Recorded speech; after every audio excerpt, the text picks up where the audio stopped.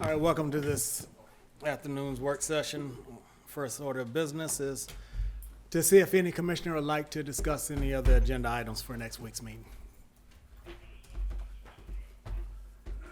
All right, hearing none, we have an add-on of importance from the tax assessor, and we're going to take his presentation actually first because he has a conflict and needs to get to another meeting. So at this time, Mr. George, please.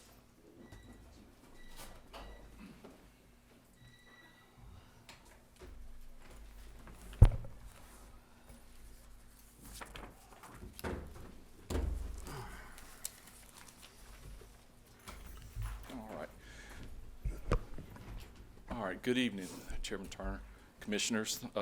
Thank you for allowing me to come in front of you this evening. I wanted to quickly provide you a little bit of an update on tax abatements. I had sent over to you, there's a copy of a kind of an Excel that gives you all the list of the current abatements that are out there.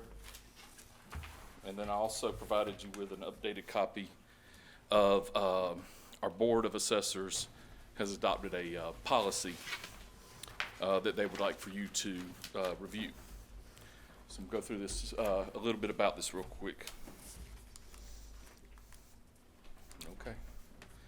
So we'll start off abatements. Tax abatements are a reduction of the level of taxation on properties. Companies apply for this through the Development Authority. They're vetted through the Development Authority. Local government authorities also have the ability on abatements. Forest Park Development Authority has abatements out there at Gillum Logistics. And over the last few years, there's been numerous forms of the abatements as far as their years and their schedules and things like that. And over the last little bit, it's kind of become now more of a norm of a 10-year 5% ramp up, and I'll go into a little bit more about that in just a second. Our role in the abatements is we receive a memorandum from the Development Authority that shows all the details on their bond package, the assets and all the information of the company, how the assets are going to be broken down, all the new things that are coming up, anything they're doing to renovate real property and things like that. So we get all this information in, and we are asked to request, at the request of the Development Authority, to grant these abatements. So I always want to make sure people understand that we're not the ones out there soliciting. It actually comes through the Development Authority's vetting process. So the Board of Assessors has adopted a new policy last Wednesday, and they're wanting to change the current standard of schedule. And so, like I said, right now, the kind of standard out there is for both real and personal property. It's 10-year tax abatements. They start off at 50%, and they ramp up every year 5% until year 10, which they're back to 100%. And this is all on real and personal property. What we've been looking at as far as changing on the real property still stay at a 10% ramp up, or 10-year 5% ramp up. But we added the caveat of must increase the value at least 50% on the real property.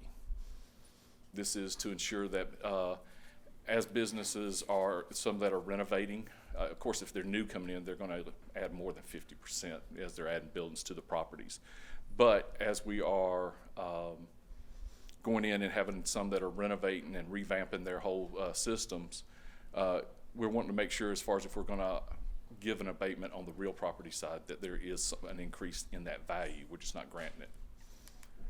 The major shift is on the personal property side. Instead of doing 10 years, the board has elected to do a 5-year with a 10% increase. So personal property depreciates at such a rapid pace that at a 10-year abatement, when it comes off of that, there is actually nominal value left. So after 10 years, all the personal property thing, the county is getting no taxable value out of those items. The board's also elected to exclude groups 1 and 4. And groups 1 and 4 have economic lives of group 1 is 5 to 7 years, and group 4 is less than 4 years. Basically, group 4 starts depreciating at 30% the first year. It's computers and such like that is group 4. So an example of the rhyme or reason that the board is developing this policy is if you had $100 million in personal property assets. So when you got to year 1, we'd have a 50% reduction on an abatement. So you got $50 million. That's before depreciation kicks in, so it'll be a little bit less than that. But here's where we get into our issue. Year 2, the level of assessment increases 5% right now, from 50 to 55%. But that taxable value would not be 55 million. It'd be more like 48 million. And that's with the depreciation as far as how these depreciation factors ramp up. And each year it goes down and down that much more, and you will never get back to your taxable value of the first year. You're constantly in a losing state on that abatement if you could do 10 years. So that was why the board developed the 5-year with a 10% ramp up. We just wanted to, our board had asked, and Mr. Reed had asked that we bring this before you to review. Also look for any suggestions, and also ask that maybe the Board of Commissioners considers updating and adopting this policy at an upcoming meeting. And that's my quick presentation on it. Well, I've got it. All right, any questions for Mr. George?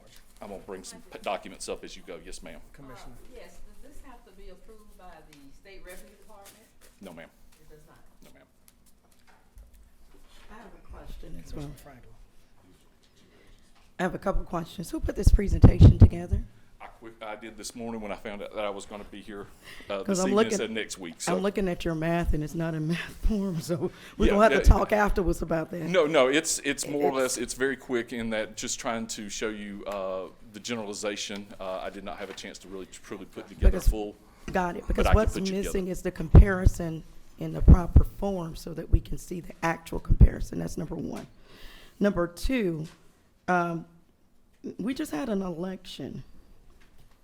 For Freeport. Yes, I understand, but when it was brought before the board, I asked the question, and I didn't vote for it because of a lack of information.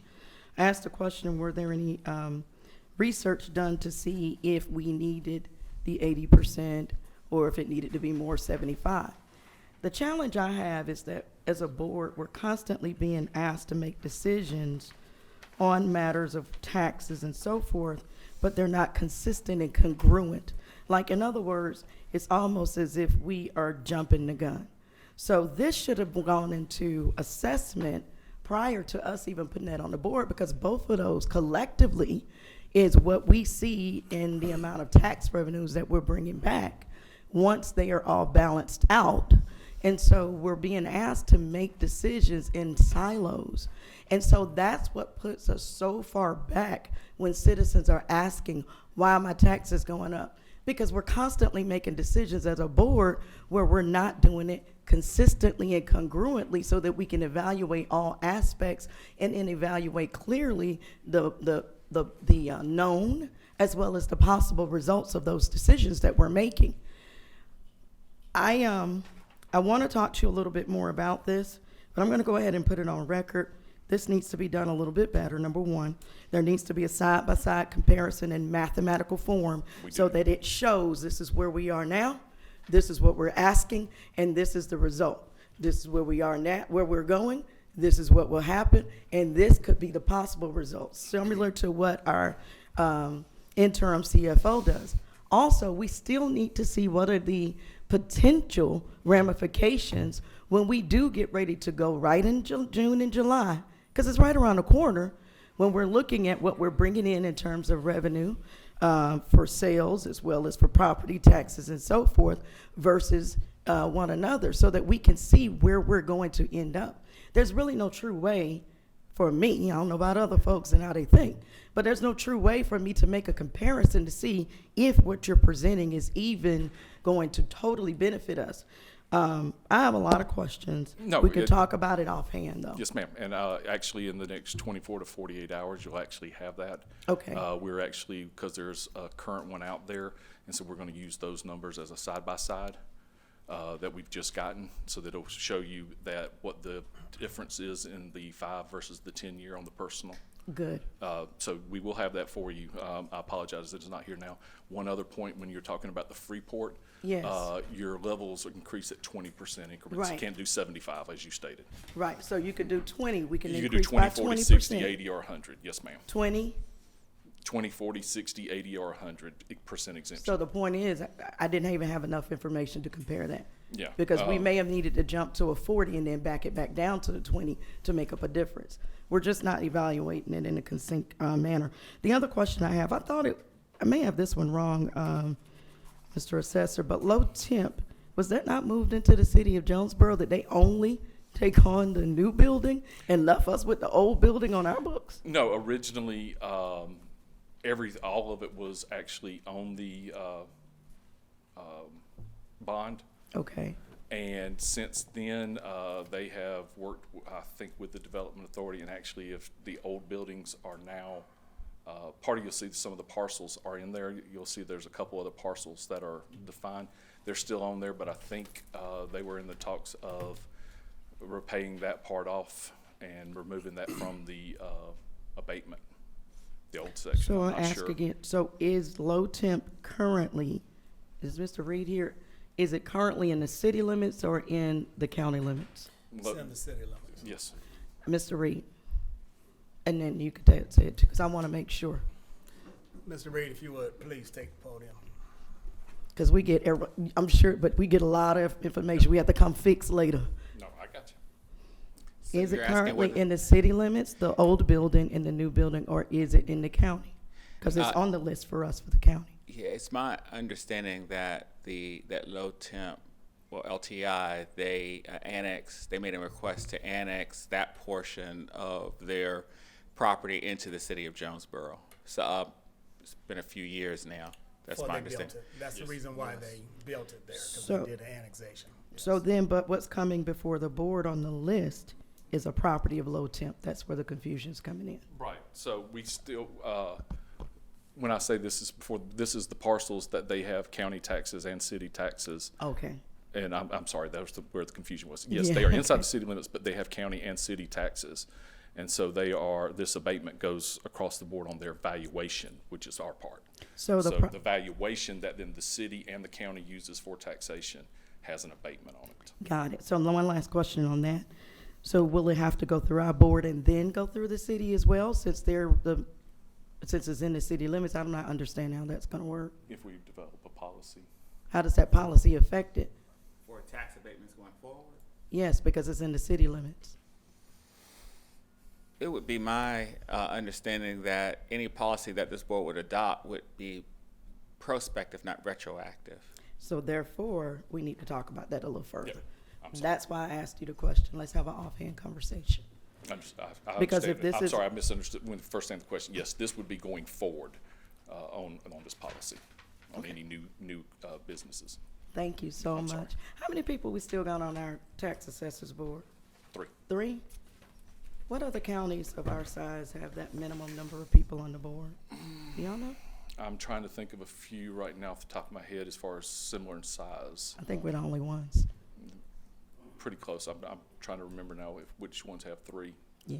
and they're not jumping out to my head right now off the top of my head. Yeah, I was talking to some folks at the Tax Assessors Association, and they thought it was interesting. We have 300,000 citizens, but only have 3 tax assessors. So thank you so much. Yes, ma'am. Any other questions for Mr.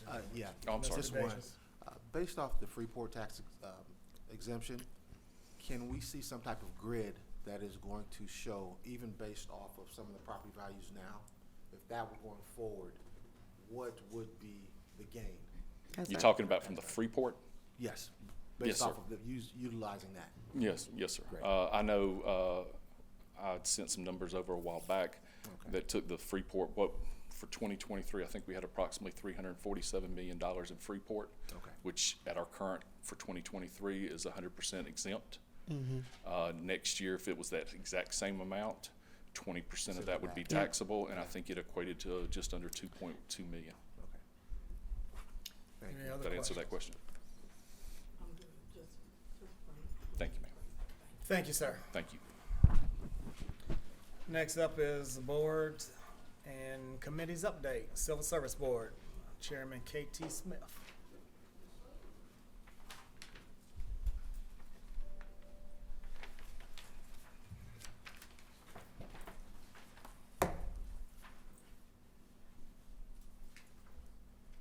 Good to see you, KT. Hey, Hey.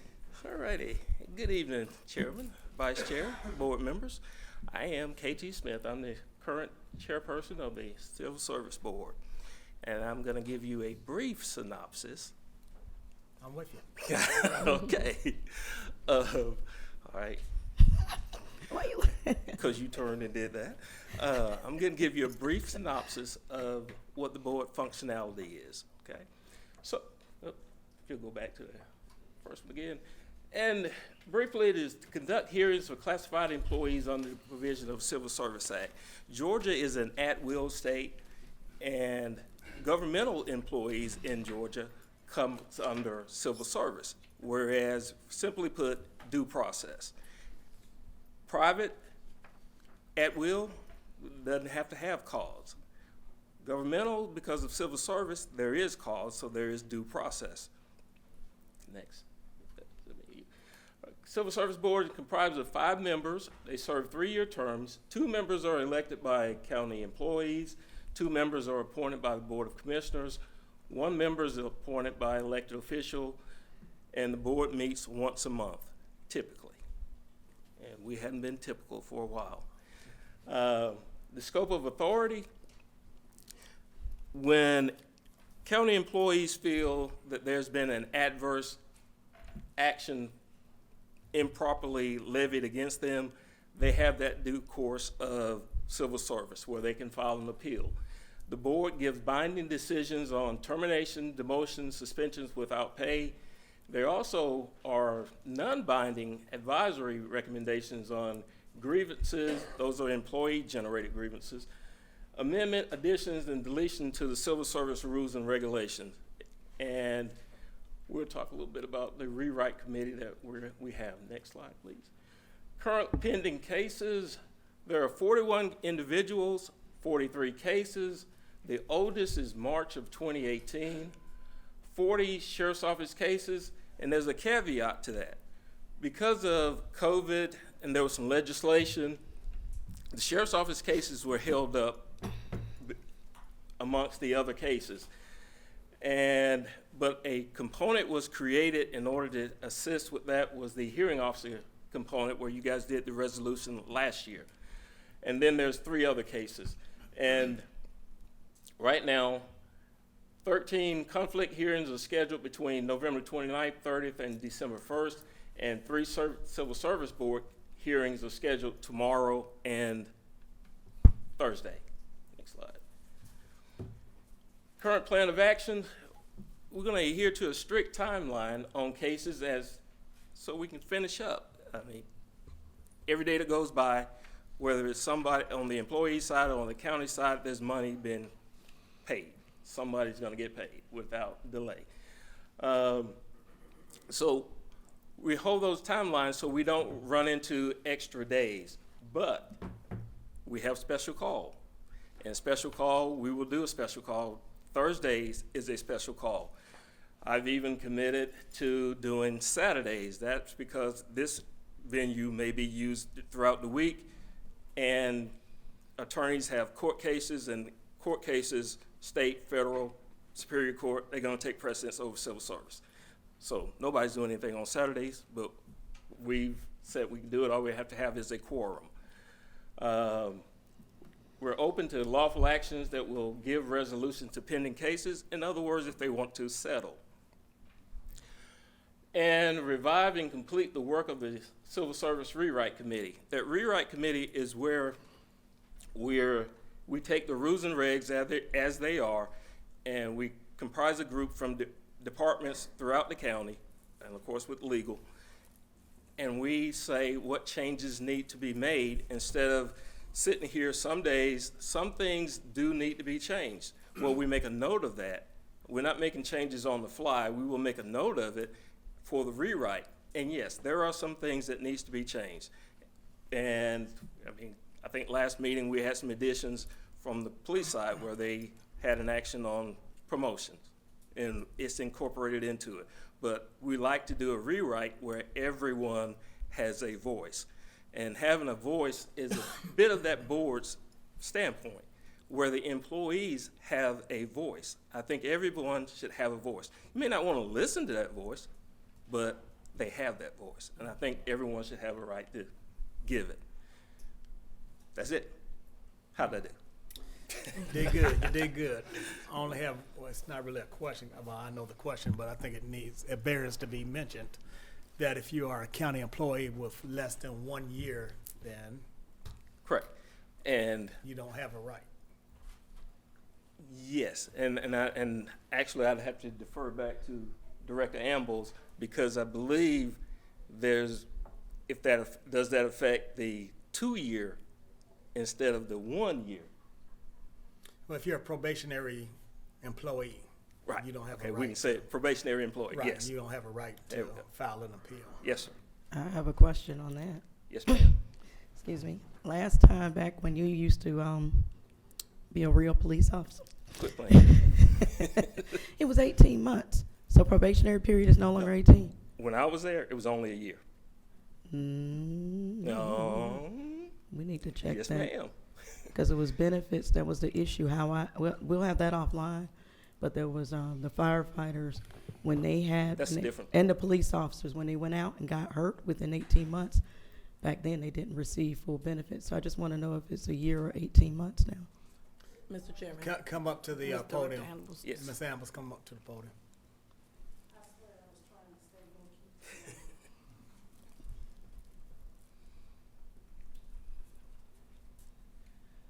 Good evening, Board, Vice Chair, Chair, and good evening to our Clayton County citizens.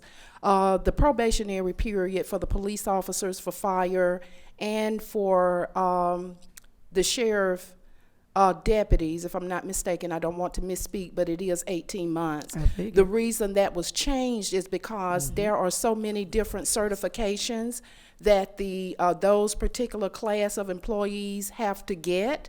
So what was happening even before I became director is we was having to constantly come before the Civil Service Board to request that their probation be extended in order to give them the opportunity to get those certifications.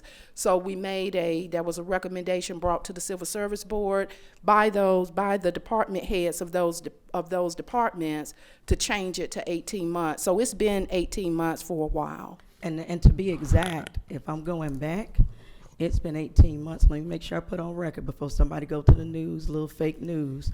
I don't do the benefits for the county no more. It's just the fact that I know that because there were some issues that you and I even discussed of tweaking to ensure that when employees get hurt on the job, that even the 18-month does not prevent them from getting 100% benefit. And I'm gonna tell you who I gotta give that credit to. Got to give that credit to actually Cohelis, because when I first came in, when the county had no voluntary benefits at all, that was the biggest issue. Officer Newland was killed. There were a couple other officers who died, and they were working on the job, and those wives and those families got bills before they got anything else, and they were left hanging because they were not due 100% benefits. And so that's something I definitely want to press upon you. And then now that you know where we are, you all, and Mr. Chair now knows what is in place, we need to go back and shore that up as well, because there's still a gap in there in terms of the benefits itself. If we're going to do the 18 months, that's fine, but we just need to make sure everything is congruent, if that makes sense, from civil service, when they become civil service and so forth. Because it just doesn't make sense if they're probationary for 18 months, but they're not civil service until a year. That's not making sense. We got to figure that out. And there will be something brought to the board in regards to a similar situation, probably by the end of the year or maybe the first of Awesome. the new year. Can I commend you for that? That's been 20 years in the making. Thank you. And let me just say this, I do recall, because it was something about the benefits, because when I was the police chief, I actually allowed you to come in and talk to my employees. You did. You For were so benefit, for kind. voluntary benefits. Thank Imagine you. that, right? That was a But thing. yeah, we're old here, so we revert back to that 1 year thing. But regardless, they still don't have a right, from my point here, was a right to an appeal Right. for 18 months, if Yes, sir. they're probationary period. And she did, Madam Commissioner, you did say when I was a real police.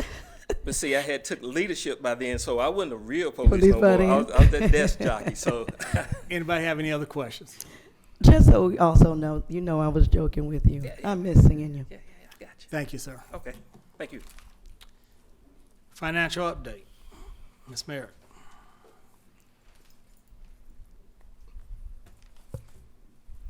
Good evening, Commissioners, Chairman, and Vice Chair. Do you have my? Thank you. Mr. Sheriff let me in too. Don't forget that. Sheriff Hill. Huh? I'm just talking to Mr. Chairman. So I'm just here to give you a quick financial update as of the end of September to let you know where we are with our revenues and expenses. You go ahead and, thank you. So this is a list of the revenues we have coming in as of September 30th of this year versus last year. We're probably we're right around the same track as we were last year. We should see a higher influx in revenues in the second and third quarter when we start getting more property taxes coming in. Next one. So this is our year-to-date sales tax revenues. Year-to-date, we are up about $772,000 over this time last year. So that's definitely a good improvement. Next one. And this is our actual expenditures for the first 3 months. If you look, the two major expenditures we have that have increased has been salaries and operational expenses. Salaries has increased about $3.3 million over from this time last year, and that's due to the salary increases that y'all provided in the budget. Operational expenses have increased about $8 million over this time last year. And the main causes of that are the medical fees up. They're up about $2.2 million over last year. Other contract services are up almost $1 million over last year. Claims expense is up $1.1 million over last year. And then repairs and maintenance on buildings is up almost $2 million over last year. And just so you'll know, the fund balance at the end of September was $67 million, just over $67 million. And that provides, the fund balance was $67 million. Our total expenditures on a monthly basis were between $21 and $22 million per month. So, do y'all have any questions? Any questions? I do have one. Mm-hmm. What was that fund Commissioner balance year-to-date before that? I do Roughly, not have, just- I do not have Okay. that. I can get that for you though. Thank you. Any other questions? Thank you, ma'am. Thank you for this presentation. Thanks. Briggs and Associates.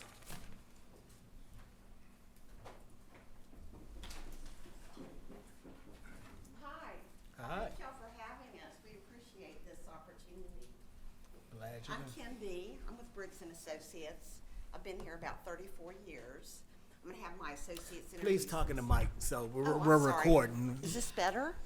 Yes. So I'm gonna have my associates introduce themselves to you all. My name is Albeita Ray, and I also work for Briggs & Associates for the past 5 years. Good evening, I'm Mike Tyru, been working with Briggs & Associates for the past year. Yes, so again, thank you for this opportunity. We are a supported employment agency. We've been in the state of Georgia for more than 35 years.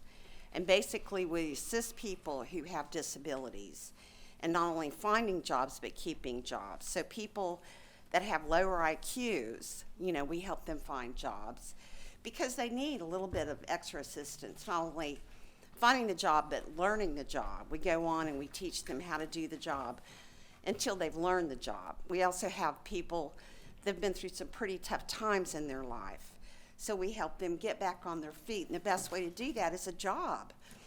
And a lot of times what we run into with HR, wherever we go, is that HR, their job is about screening out the people that we serve.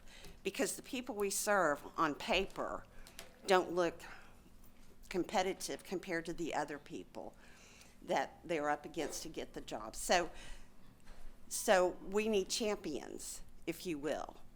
We need the Board of Commissioners to step up and try to open that door for us and include people that have been living in this community a long time but have not been given opportunities because they have a disability. And I have not been doing this. I'm sorry. I'm trying to make this quick because I want to allow time for questions. This is one gentleman we work with. He lives in Clayton County. He works at a local nursery, and he loves his job. And the customers love seeing him. This is another lady that works at a local business that's in Morrow. And these are all the companies that we work with. The company itself, Briggs, we work with more than 800 individuals. So we're a pretty big company. And many of those people live here in Clayton County. So I wanted to see if you guys have any questions. Mr. Chairman. Yes, Commissioner. Hey, how are you? I Hey. wanted to ask you, for your citizens with disabilities, you all kind of work with Georgia Vocational Rehab as well through We do. the state agency. And what do they help you all do as far as helping with your 501c3? Sometimes they can help us with getting MARTA passes. Okay. Sometimes they can help out with clothing for interviews, if you will. Not everyone that we work with goes through Voc Rehab, but Okay. some will. Some will. So Okay. that was a good question. Yeah, because they're a resource that we all need to tap into as well as you guys. That's And just right. working together and making sure that we take care of our citizens who have developmental disabilities. Yes, ma'am. About how many did you say we have in Clayton County Let's that you see. work with? Do you remember, Elbit? 47. Turn that back to where we Mm-hmm. need to go. I think I missed that.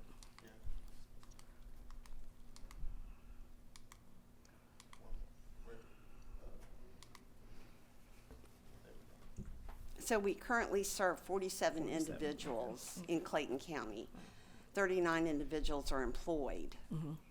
And I'm sure that we've enlisted some more folks since then, so I know we have more than what's saying here. And I just So asked, because do you correlate with the school system as well? It's working with those students as well? we try to. We Okay. would love to work And with that's the why I school asked as system. far as upping those numbers and you guys working together, so you all can get more citizens to serve as well. Yeah, we would love to work with them. I'm hoping someday we can have a direct connection with them. Oh, So, but we mostly work with Clayton Mental Health, is who okay, we yeah. work with. We get a lot of our referrals from them.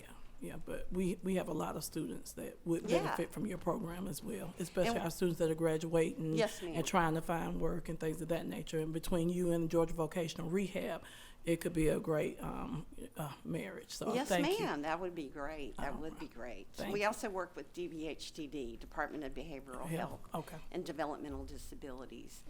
They hold the majority of our contracts. Well, thank you, and thank you for the Yes. work that you do. I appreciate Oh, it. thank you. Any other questions? Yes. Yes, sir. What is non-traditional support? Non-traditional support means that every person we work with is different. Every individual is different, and their needs are different. So we might have someone who's going to need one-on-one help from us on a job, helping them learn how to do the job. You know, one-on-one, and that might take a while. We have other people in between who don't need as much one-on-one. We have some people who don't need us on the job site at all. In fact, they don't want us on the job site. So we're there kind of as their cheerleader in the background. And, you know, if they're having a bad day or they're afraid, you know, we will give them that support. So everyone's different. And also too, what, I guess my main question is what can the county do? open some doors. We would love to get some of those jobs. Y'all have a lot of jobs, and we've come very close to getting jobs, but our people just don't, on paper, just don't have the skills, the employment history that everyone else has, you know, but they can do it. I've done this job for 34 years. It's all about finding the right job match. And I'll be honest, sometimes it's not the right job match, just like you and I. So we'll back out gracefully and we'll find that person another job, hoping the next one will work. Does that make sense? I think also with the traditional jobs, traditionally you would see people with disabilities in certain type of jobs, like service jobs. We're also looking for them in other jobs because that's not always the best fit. So we're also looking for non-traditional jobs in that way, that you see them, that they are visible in places that you would not have seen somebody with a disability before. Thank you. Yes. Do you all have people to come in off the street, or you only go with referrals from some of the agencies that you've named?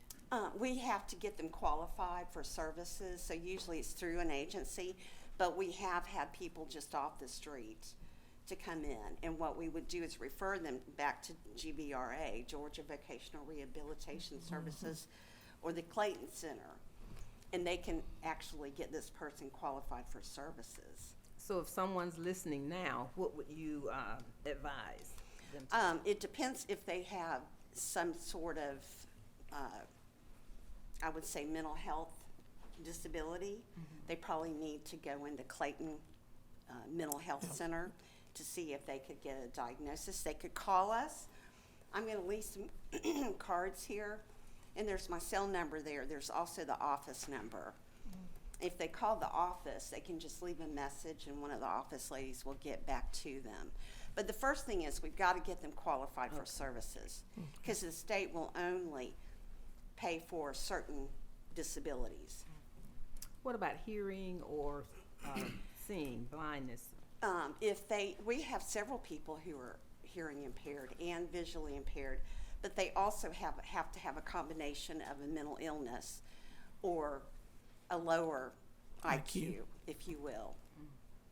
It's the state that sets these standards for us to qualify.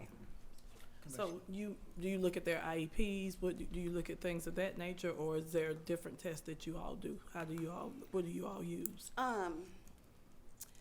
Usually the parents are very involved, and they already have a lot of the testing that's been completed. Okay. So they will share that with us. Okay. And then we will submit that to the state. We have to give the state that just to make sure that it's all kosher and that we can work with this person. Yeah. So the disability population is actually a small knit community, and usually the parents know one another, So and they know talk how to between take- one another, you know, as to what's going to work for their child. And we actually have a family here tonight. Elbit, can you introduce the family that's here?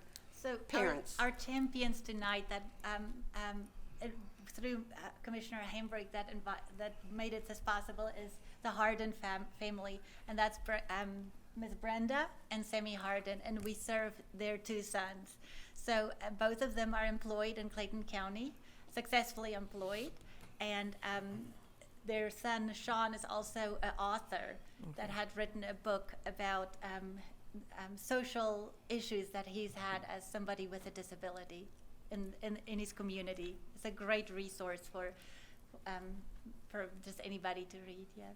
Yeah, and that's why I said thank you for what you do, because like I said, I want to get those students, those people in the community, not just sitting at having those young men and women sitting at home. They need to be working. I agree. And it's so, terrible sitting at home. So thank you, and like I said, Sure. I'm going to talk to you more because I want to Yes, know the process of how we can get even our students and everyone involved. It's a great program. Thank you so much. Yes, ma'am. Thank you all. Yeah. Do you all work with our behavioral health office? Yeah, that's Yes, what they were we saying. do. Dr. Adams' office. Is that Clayton County? Clayton Yes, Center. yes, Clayton yes, Center. ma'am. We work real close with them. We do. Well, that could be the end for the county. Mm-hmm. The county is concerned. Any other questions? Any other? Okay. Thank you for your Thank presentation. you. and Thank Thank you you for all. what you're doing. Thank you, absolutely. Please leave that information for us to be able to reach out.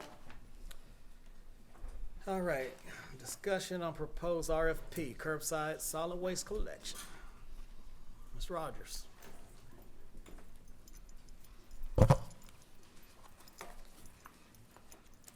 Good evening, Commissioners, Vice Chairman, Chairman. I want to present some information on the procurement process as well as the cost. I did want to note that the project is still, it's not awarded, so there may be limitations of things that we can discuss because a lot of things are available after award or if the project is closed out. But I did want to present some additional information to you all. So just to give you an idea, and I think everybody is familiar, but I wanted to just go through the scope of services again. This was listed in our RFP. So of course, we were looking at mandatory curbside collection, unincorporated Clayton County. The proposed award rate is $19 per month, and that's for all districts. Also, they will have, each resident would have one 95-gallon storage cart. There was a discussion about optional services that could be available. They are listed here, so you would have the recycling, and then you would have the 65-gallon storage cart for that. You also have on-demand yard trimmings, pickups, on-demand bulk items, white goods, and back door. All of those are additional costs that's paid directly to the suppliers. Next item I wanted to give some information on is on the solicitation process, just to show how we actually arrived with the awards. So we did issue an RFP on 2/9 of this year. That number, of course, was 23-20. We received 4 proposals. The proposals opened on 3/23. One proponent was deemed non-responsive, and I wanted to give you a definition of what that meant. So it's the person who has not submitted all the documentation as required for them to go to the next step. And then we had one proponent that we were not able to shortlist because their technical scores were too low for them to actually be able to be awarded the project. We submitted the recommendation of award. So during that time frame, there was negotiations with the vendors, from our department as well as the user departments with the county. On 10/17, we recommended award to the board. And this was our recommendation, and once again, this is our proposed, as we have not you all have not voted to move forward or to close the project out. So we have Cycle Works, which is the proposed primary, and that's for District 1 and District 2. I wanted to give you the numbers that were used inside of the RFP. They are estimates, obviously, but that is the number that we have, I think the most current information. The proposed secondary for District 3 and 4, that would be that would be Circle Works as well. They are currently serving around 14,000 residents now for Clayton County. The next vendor is Amway's proposed primary. That will be for District 3 and District 4. Once again, we did list the residents number that was a part of the RFP. And they are the proposed secondary for District 1 and 2. Next is the cost sheet that is a part, you all should have that as a part of your package. This is the information that we presented to the board last week in response to the dollar amount, so $19,000 to calculate what it would cost per month for each district. So I think we're looking at a total of around 1.5 million, and that is per month. Next, I did want to spend a few moments to talk about the primary and secondary. So we did not do a multiple award, which is where we would have more than one vendor servicing the area. We did a primary secondary, which means that there will be one vendor servicing each district. And then if that vendor cannot perform, we would have a secondary vendor that would be able to step in to that position. Now, the primary bidder, if there are issues, we will, of course, on our side for Central Services in the county, we will be monitoring the vendor's performance review. There may be some additional things, obviously, but that's what will be done by our staff, as well as there will be some monitoring, obviously, for, calls with residents. Our process is a demand letter, and then there's a cure process that you have to actually go through. But I just wanted to make you all aware that the contract cannot be terminated unless it's brought back to the board. So even if there is a breach of contract, we still have to bring that back to you all to terminate that contract. So next item is the implementation. So we did look at the information met with the vendors, as I stated earlier. There is no cost for the services until we actually start the curbside collection. So the first step of, obviously, if the board approves for us to move forward, then we would issue our notice to proceed, which is a document showing that we've received all the information and, insurance and those type of administrative documents from the suppliers. We look at probably issuing the notice to proceed within 2 to 4 weeks of award. Now, the startup time, that, of course, once we issue the notice to proceed at Central Services, it does go to the county as far as the user department and all the parties that's involved in the day-to-day part of that. So there's some of the startup time frame that we have is 6 to 8 months. And I did want to list just some of the tasks that it would take to get to that point. Of course, the first thing would be to do an assessment and meeting with the appropriate county staff, develop county routes. They have to order equipment, develop educational and information material for the residents, and then obviously outreach to residents. And we would collaborate that with the Office of Communications. Next page is gonna, next slide is gonna discuss the expectations, and these are, slow down. Okay, there we go, Carol. Okay, next one is gonna be the expectations. So these are things that will be a part of the contract. It was also part of the RFP, but it is a part of the contract. Thank you, So Melissa. as we talk about, performance, evaluations, and we talk about performance of the contract, these are some of the expectations that we did list, that the supplier would have to abide by. And I'll just pick out a few for you, for you all to look at. So obviously, the first one is the once-a-week curbside service, as well. We want to ensure that the residents, property, is safe, so that's actually a responsibility also. We talked a little bit about the optional services, so we wanted to make sure that is collected directly by the vendor, the supplier. It's not a fee that Clayton County would actually pay for. I know there was a question about how would we adjust the fee. So it is an annual adjustment. That's based on an index, so it's not just as if the vendor can come and say, I want to increase the fee for this reason. The contract does give the reasons why they could actually request the increase. And we are looking at annually, not 6 months, Circumstances happen, obviously, but it is looked at as an annual increase. And also, they have to have enough of the fleet to actually do the collections. And we want to make sure, obviously, that they have a customer service department that can manage the calls as well as with the county. So these are just some of the items I wanted to bring back, and obviously, I know you all may have questions, so here we go. All right, questions for Ms. Rogers? Yes. Commissioner, Felicia Franklin, yes. Yes, ma'am. Can you go back to your primary and secondary slide, please? Yes, ma'am. Thank you. Thank you for the presentation, Ms. Rogers. Director Rogers, I apologize. Okay, there you go. Yes, So you said you have a primary, a Yes. secondary, Mhm. primary, secondary. right. Let me ask you this. So what happens when customer service is not good and we're getting complaints? What is it going to take to cure it? And what's the time frame? So it will vary, but basically, well, the way that we process in Central Services, and this contract is a little unique, but normally in our side, we do look at how many negative VPEs they may have, and that VPE is just our performance evaluation. So once we receive one, at that point, we start a process. We will contact the user department, obviously, because they're the ones that reported there was a negative rating, and then we meet with the vendor and the user department. A demand letter comes out of that in a cure period. So the cure time frame depends upon what the issue is. So it could be something that we feel like can be cured within 5 days, or it's maybe something longer. As we're talking about the one for trash collection, because you will have residents involved, it will be the person within the county that's managing that to set that bar and determine this is where we're at, this item needs a cure. So it could be that we have a certain amount of complaints in the area, and it could be that we look at, okay, we're gonna remove certain items, we'll remove this one from you as a primary and give it to the secondary. So it could be different things that happen that get us to the point of when we need to remove a vendor from that primary spot. Glad you said that. Mhm. So basically, if CycleWorks has a problem,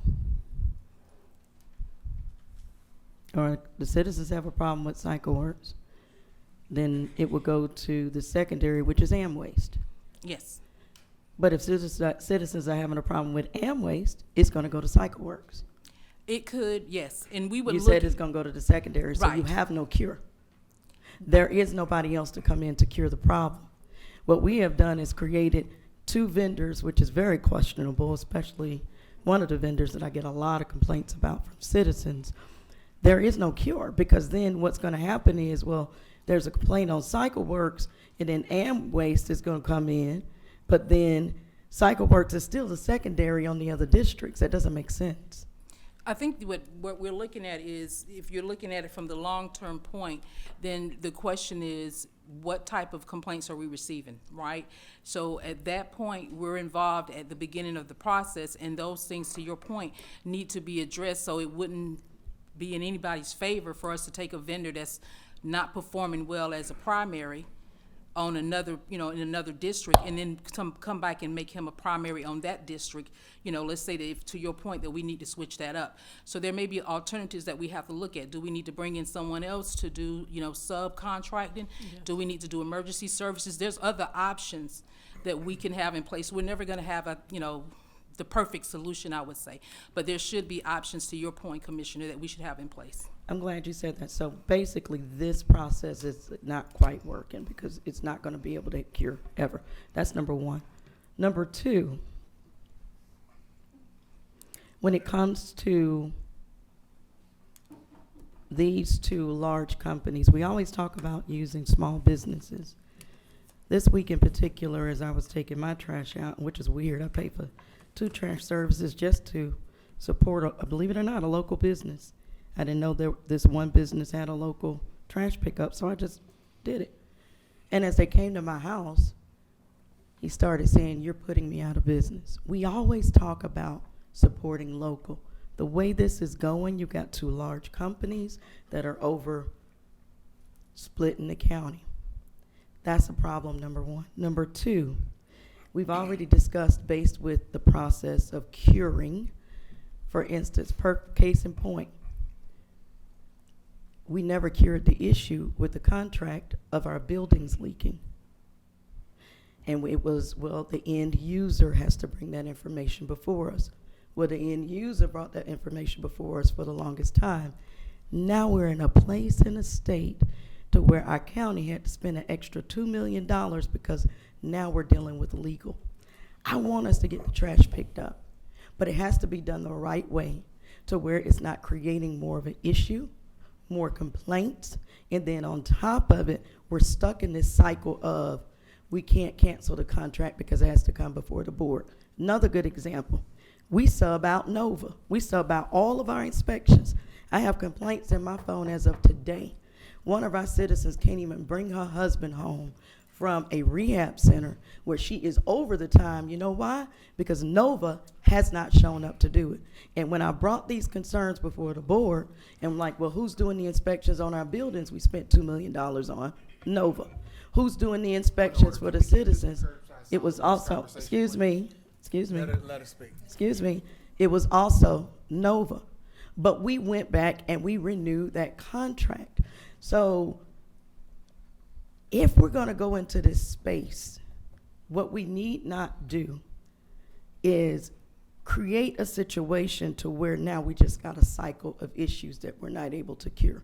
And I'm not making this up. This is off of the process that I asked you questions about. This is the process that's in place for all of our contracts. That ain't been cured. So now we're going to go here, create another problem, and I'm going to hope that the process that didn't work on the new buildings that cost us $2 million is going to work when we have issues here. I'm a little bit lost at that one. So I do want. Go ahead. So, Commissioner, a couple of things. Cure period contemplates that you are coming to an impasse with the 2 vendors, meaning the Correct. county and the vendor. You only get to the cure period when you don't have any other ramifications other than separate the county from the actual vendor. What you try to go through is to figure out what the problem is. When it comes to trash collection, it's one of 2 things. It's the quality of the service or the vendor not providing the service at all. So it's our goal to ensure that we try to mitigate that on the front end so that's not an issue. How do we do that? We ensure that if there's a service issue with the constituent, by having code enforcement or whoever serves as the conduit for the county serves as the mouthpiece to ensure that if it's a customer service issue, it's not a problem. It won't be a problem. Secondary to that, if it is an issue with the individual not getting their trash picked up, then we got a bigger issue anyway. So the reason why we had them as a secondary is that if it comes down to the vendor not picking up the trash, then you at least have a vendor in place. Government is only as good as its ability to have what we consider vendors that are responding equitably to the service. We only had 2 vendors.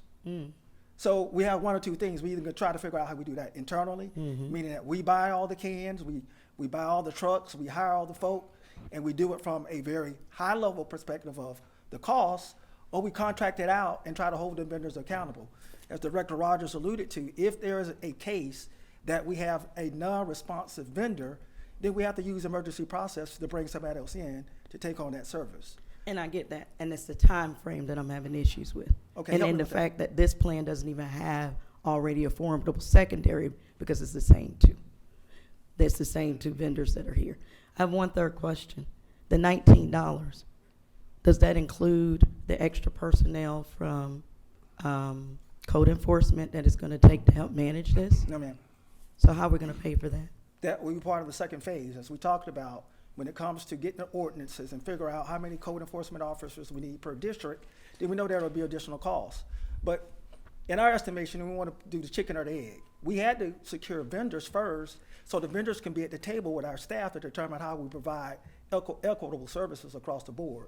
It didn't help us to have the vendors or have our staff provide costs and don't have the vendors in place because we don't know what the vendors are capable of providing service around. Great point. I'm glad you said that. So that means then you all are gonna bring before us the additional cost that it's going to be able to have extra staff, because we just went over that we're eating up our reserve right now with our current budget without adding all the extra folks that need to be added for this service.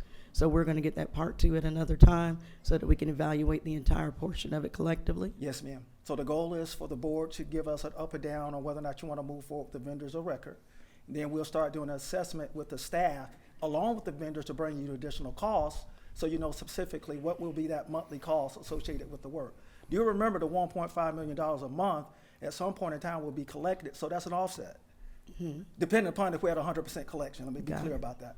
But the idea there is if we're at least at a break-even point, the only cost that the board and the county will be absorbing outside of what the citizens are paying directly for the service is the additional cost that it has for staff and additional equipment we might need to actually take on this respective How portion of the soon can we get contract. that before we go? Because we already have the numbers. We already have the numbers from the vendors. How soon can we get the second part? We can get that within the next month and a half. That'll be perfect. And we're gonna have that entire information before we have to make a decision on this one. Because we don't only have half the story. Goes back to what I said before. I got you. So what I'm trying to get my arms around, is it a challenge for you to make a decision about the vendor before you get that information? Of course it is, because we don't know what the impact's gonna be to the entire budget. So how are we gonna commit to vendors and a cost if we don't know what the additional costs are gonna be? We know we got the information from the vendors, that's there. But then we also need to know, before we commit to that, what is going to be the impact on our budget outside of The that? individual discussions we had with the board was that you want to know what the impact will be to the citizens. The additional money and costs associated with the work of the staff is not being passed off to the citizens. Okay, let me ask you a question. Where the money gonna come from? Out the general fund? Yes, ma'am. The general fund then is what's utilized, is not, how do we get our taxes, please?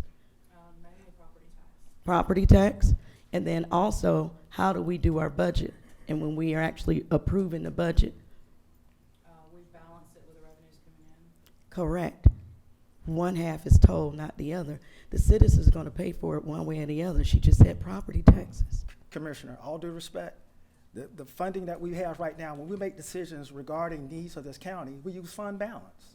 Use the fund balance to make that as a determination, and that's not something that we contemplate on the front end of the budget. This would be no different. Great, and it's okay, it's no disrespect, but how many months do we need in our fund balance to be sound as a county? At least 3 months worth. The DFOA says that we GFOA recommends that we have at least 2 months, but due to the bond ratings that we have with Moody's and Standard & Poor, we need to have more along the lines of 4. My point exactly. You just went over with me. We got a certain amount in our fund balance. You said that our average a monthly is 20 million. 21 to 22 million. How many months do we have right now currently before we bring this In impact in? September, we had 3 months. My point We have a little exactly. bit more now. Let's talk about this offhand because it does affect the taxes. It's going to affect our Moody's rating, it's going to affect our taxes, and it's going to affect our end result until we get all of it. But I thank you for that, and I promise you we can figure it out. It's not saying we can't figure it out. It goes back to what I said earlier. We get one half of the story, we make a decision, and then we're having to make up for it in the end. We only have 3 months of fund balance as of right now. We need 4 months. This is going to be an additional impact, and I just don't have the information to know what that impact is going to be. So the question to the board, Commissioner, is what specifically do we need to bring back to the board for you to be able to make an informed decision? The impact that is going to be to that budget, whether it's the fund balance or the general fund that is going to come out of, and how we're going to sustain it at least for 5 years to 10 years. Additional personnel. Correct. Understood. Okay, so let me say this, because I can do you one better. We just abandon this altogether and continue to allow the citizens to choose their own provider, hire and fire them at their will when the customer service is bad, because at the end of the day, it's their lives, it's their trash. And it's not, to me, it's not a household trash issue. Yes, sir. It's It's illegal. It's abandonments. illegal littering and dumping. You don't see a lot of times. You don't see bags of Yes, you garbage do. from Yes, households. you do. Yes, you do. I beg I to beg to disagree. differ. But to those thousands and thousands of citizens who are paying for a trash service and paying religiously, and hence a lot of our seniors have great deals, I think No, they don't. it benefits them to continue to do what they've been doing, or at least have the autonomy to do so. And that's just my 2 cents Mr. worth. Chairman, I'd like to speak. Hold on. Everybody wants to speak at the Yeah, same yeah, time. yeah. Commissioner, First of all, I want to say we need trash service. I talked to the sheriff, and since the beginning of the year, he has picked up, since he's been in, 331.53 tons of trash. That adds up to about 730,898 pounds of trash. That is not trash that is coming from anywhere but people taking bags who don't have trash service. They're throwing them out in the middle of the street on a daily basis, and they are not doing what they're supposed to do. It is time, when you move into the city of Atlanta, when you move anywhere else, people have trash service. They get what you call, back in the day, that green Herbie Kirby. We need trash service. It is time for Clayton County to come up to the 20th century. Nobody is sitting around. He doesn't have the manpower to pick up 730,000 pounds of trash. We don't have the manpower to do that. So we need to come up with a way that's comparable so we can get this trash picked up. Companies are not going to come into Clayton County with trash like this. People are throwing out trash every day. If you don't have, I have people that call me. I want to let the citizens know this, that call me and tell me that people are putting trash in their garages and letting it pile up. And we have to call code enforcement to get them out there to those houses to get them to clean up. Trash is everywhere. It is time that we do better, Clayton County. We've got to step up our standards, and we've got to rise up to a better Clayton. Thank you. I'm glad you said that. Let me try to be the Hold bridge on. between the two. Yeah. Oh, I gotta wait? hold on. No, I was trying to get everybody to calm down in the audience. Go ahead. Go ahead. I'll get you Because you next, allowed it. Commissioner. Go ahead, Anyway, Commissioner. I'm gonna be the bridge for a minute. Let me be the bridge for a second. Both of you are correct. We have a problem. You are correct that people have a choice. But what's presented does not resolve the problem. People like myself and the folks on this board, I just said, I got 2 trash services. Everybody that's here tonight, they get their trash picked up and they pay for their service. So nobody's saying, or at least I'm not saying, that we don't need trash picked up. And I do disagree with Mr. Chairman on this one. The problem is we got a lot of trucks coming on our road, eroding our roads, and they're coming at different times and they're leaving the trash. But neither of what's been proposed resolves the issue. A problem well defined is half solved. We know we got trash problems. We know that. We know we got trash along the roads. We know we got dumping. The issue is the irresponsible people who do not have trash service.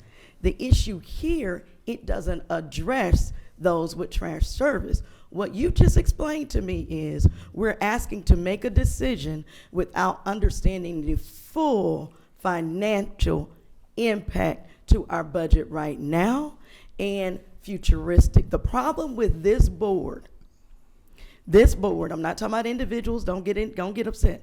We make decisions in a little can, in a box, not projecting forward, not clearly understanding, is it going to resolve our real issues? If we don't come up with a way to be able to make sure those irresponsible ones are paying for this service, this comes to the mathematics. Well, for whatever reason, people don't understand it. That $19, these people ain't gonna come keep picking up that trash for $19 and we're not collecting from folks not paying. It's gonna quickly go to 25, quickly go to 40, quickly go to 50. It's called free enterprise.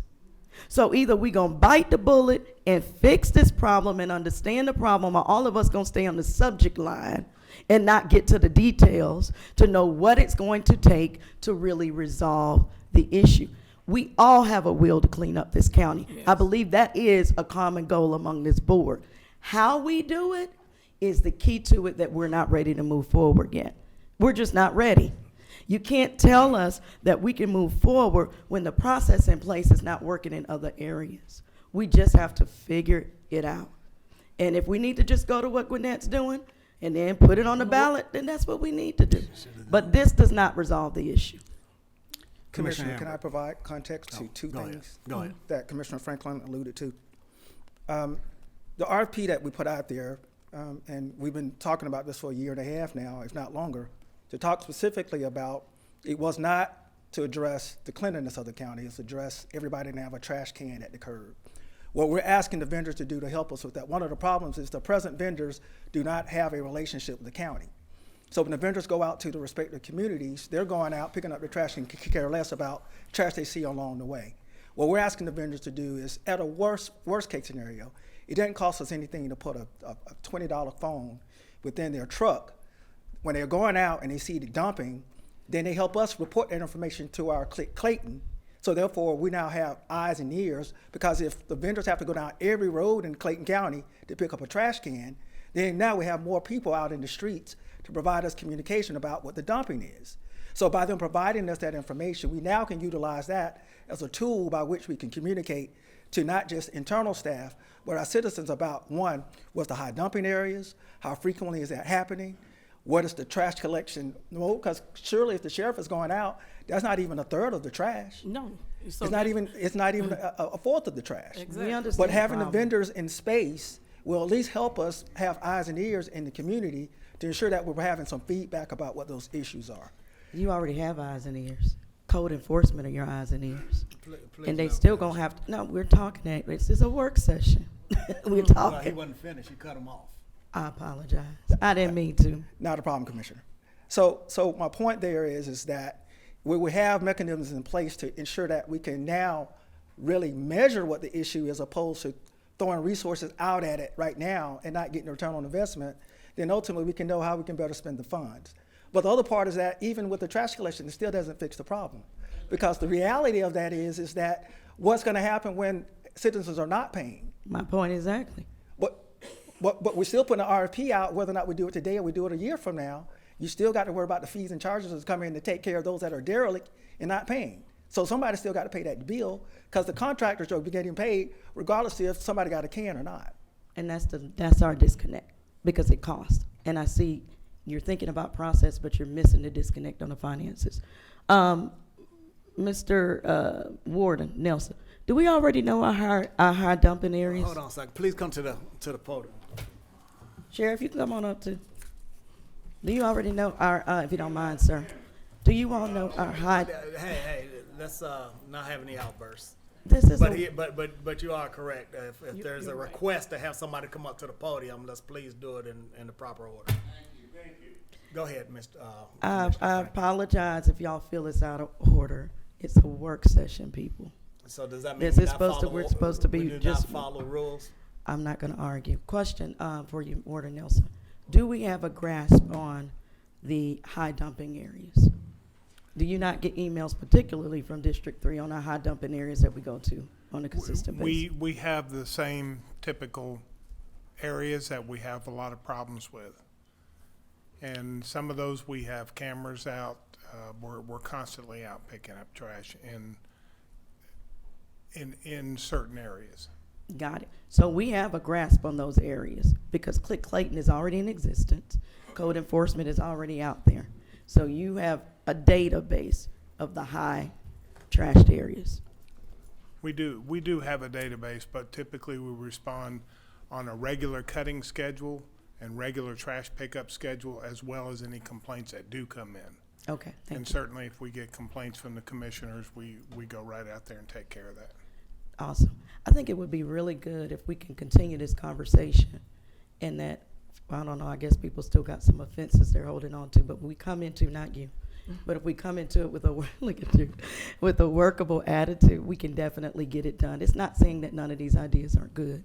It's just a matter of we got to get concrete and get a full scope of how much we're spending now to pick up the trash and if we're really going to resolve the issue. That's all I'm asking. I'm so sorry if Mr. Chairman felt offended. Oh, I was no, just trust having me, a I'm not dialogue offended. with you about how we're going to figure it out. That's all. Thank you. Thank you all so very much. Mr. Chairman. can I Thank ask you, Ms. can I- Rogers. well, Commissioner. I have a question also. I wanted to get with you as well. How much trash have you picked up since the beginning of the year? Do you have a calculation as well? I don't have that calculation Okay. with me tonight, but I can get it for you. Please get that to the board, because again, like I said, we've tried keep Clayton beautiful, clean, and we paid people $60,000 to sit in the office and do nothing.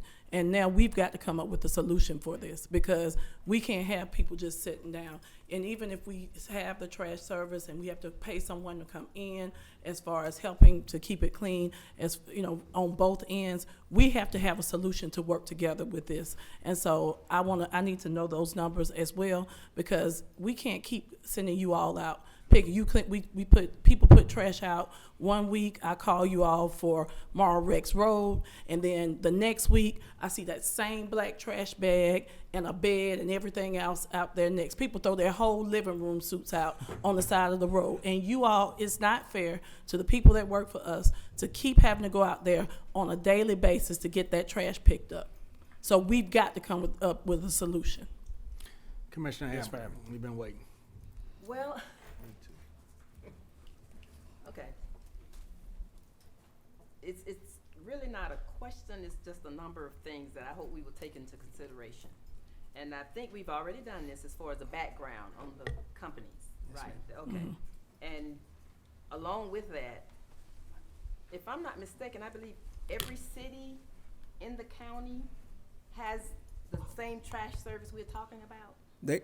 They vary, They have, but like, I guess you call it but mandatory they do trash have, service. all the Yes. cities have mandatory trash Right, pickup. All okay, cities. so the unincorporated area could, come along and do that too. Now, the things I would like for us to consider, and I know you said customer service for the two companies. I think that the county will need a customer service for constituents that have complaints that we can contact either one of these companies and let them know and work with them. So our our constituents will not have to go back and forth with these companies. Let the county be responsible to do that. Also, payments. Somebody said, they may not pay or whatever. I think we need to consider how we're gonna accept these payments. Yes, ma'am. Is the company gonna do this? Are we gonna do it through our tax service? How are we gonna do this? So those are the kind of things I would like for us to consider and talk about if we have not. Yes, ma'am. talked So, about those. so two things, Commissioner, we left off, and I apologize. The customer service component would be included on the county side as working with the customer service elements within the respective companies. Great. So when Commissioner Franklin was talking about the costs, so we're talking code enforcement officers, are we gonna stand up a customer service arm within the county government? There's a cost associated with that. So we need to provide that. The other part of your question with regard to the collections, we've been having conversations with the tax commissioner. Let me be clear, tax commissioner is not in favor of it being on the property tax bill. but they would help facilitate getting the bills out in the community. So the tax commissioner office is willing to work with us to get that information out in the community. Now, again, talking about costs, there may be a cost for the tax commissioner to either have additional individuals in space or costs associated with them providing that service. So that can come out of their budget. Yes, ma'am. But they don't have any more money in their budget, is what I'm telling you. That can come out of their budget, not our fund balance. We sounding But like you good have to put times more- now. We got to put more money in their budget for them to be able to That's pay the for point. it. Yeah. So, Well, we're gonna have to make a decision. Well, I'm just saying that since the cities are doing this already, Yes. and all, So you know, this is not and rocket it will help. science. As Yes. far as these bags and all, Mr. Chairman and others, there is a lot of that going on. Yes, there is. I keep a little notepad in my car and write down, Warden, send somebody to this address, that address kind of thing. So I'm hoping those kind of things will be stopped. And I know as far as people throwing out their McDonald's bags and all that, hopefully somewhere they'll learn some, I used to have this teacher used to call, they need some mother wit and all, and stop doing those kind of things, but until that happens, and we need to teach our kids. Mr. Chair, quick. hold on. Let's give somebody else a chance to talk. Commissioner Davis. Yeah, personally, I just think the model is flawed. What we've done is gone out and selected some vendors, but there really is no model put in place here. My question would be, what is the percentage of residents that have residential trash pickup? What's the percentage that do not? What's our projection on year 1, year 2, and year 3? What is the recidivism rate of folks not having trash pickup after this program or these vendors have been selected? So I just think this is a flawed, not flawed from the perspective of choosing vendors, but flawed from there is no model in place. And it's not, and we can still begin to look at what the cities do have, but the cities do have, still have The a high. model right They- there. we have- No, Exactly. the cities still do have a high rate of litter. Just because their trash is being picked up, they still have a high rate of litter on the Tomorrow roads, does not which is look not like being us. addressed. So I think we've got to look at this from an entire, from the model standpoint and say, are we really completely trying to handle this? That's what I said in the Yeah, beginning. let me say Commission- this, I don't know what companies you all use or whatever, and I know the increase, the $19 will go up, but that doesn't even come close to what I'm paying now. Exactly. A month or quarterly. Yep. I mean, it keeps going up. So Yep. I'd much rather start Right. with what we have, Have- what you all are presenting to us and all, and even with whatever increases, it will, like I say, it will not come close to what I'm paying right now Yes, ma'am. for service. So I'm ready. Commissioner for us to Franklin. A continue. month is 57 a quarter. Hold on. Commissioner Franklin. All I'm gonna say is we have an incomplete budget for the process. We have an incomplete budget, and we have not clearly defined. We know that there's an issue of trash, but we have not clearly defined what part of that trash we're trying to fix. Is it the McDonald's bag, or is it the dumping, or is it the people who do not have trash service? We need to figure that out. And you said that, you was like, that ain't gonna fix that problem, per se, because we have no way at this particular time to enforce the collection of the funds of those who are already the existing problem. That's number one. Number two, Commissioner Hambrick brought up about utilizing the current budget that they have. It goes back to what I said before. The current budget for any operation that is currently happening is based upon the amount and level of service that is currently being provided. Correct. And so therefore, any additional service added on will come with a cost. The last thing I want to make sure that we all understand is we talk about the cities are doing it. You know, it's the nuts and bolts of things. Again, it goes back to what I said about the subject line. The cities are doing, but the cities have less square footage, and they hire their trash folks, and they go pick up the trash themselves. Macon-Bibb County has a public works division. Catoosa has a public works division that picks up the trash with the dump trucks and so forth. What we're trying to do is, and I gotta give credit where credit is due here, we're trying to, I'm gonna be honest, y'all trying to appease 5 people up here with tiptoeing, but without really fixing the problem before us. That's why the model is not working. And it doesn't mean that we don't want to pick up the trash. We can yell and say trash everywhere all day. I can yell and say, you know what, I want to go on a vacation. But if I ain't got the money in the bank to go over to Europe, I'm not going to Europe. So that's where we are right now. It's understanding the true cost to the people, whether it's coming from, and I want to make sure y'all hear this, that tax collector, she gonna give us a fee for her services. Go back to see how she operates. It's not gonna come for free.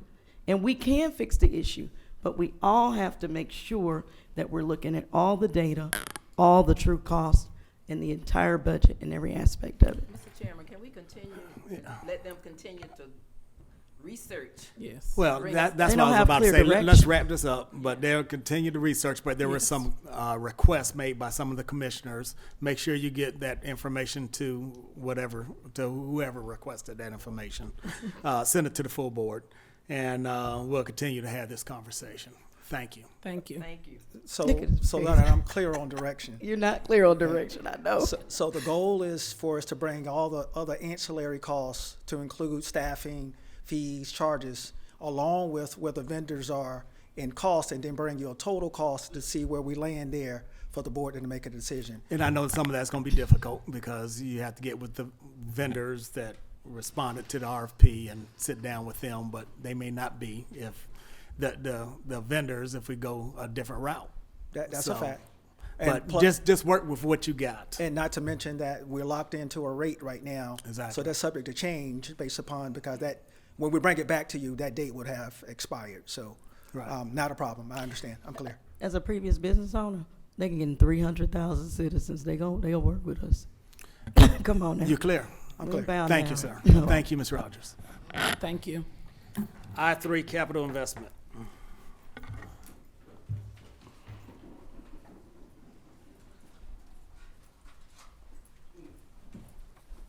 Commissioners, Vice Chair, thanks for having us today. It's myself, Greg Vetch here from I3 Partners, and Steve Anderson. Let me go here to the first slide. So on September 20th of 2022, the Clayton County Board of Commissioners passed resolution number 2022-188 authorizing Clayton County to enter into an agreement with I3 for consulting services regarding the installation of essential Clayton County infrastructure projects. I3 Partners ourselves then analyzed the Clayton County Facility Conditions Assessment Report, which is a 1,400-page document that lists all the age and costs of all the county facilities. I3 identified the Harold R. Bank Justice Complex as a building in need of critical investment in the infrastructure.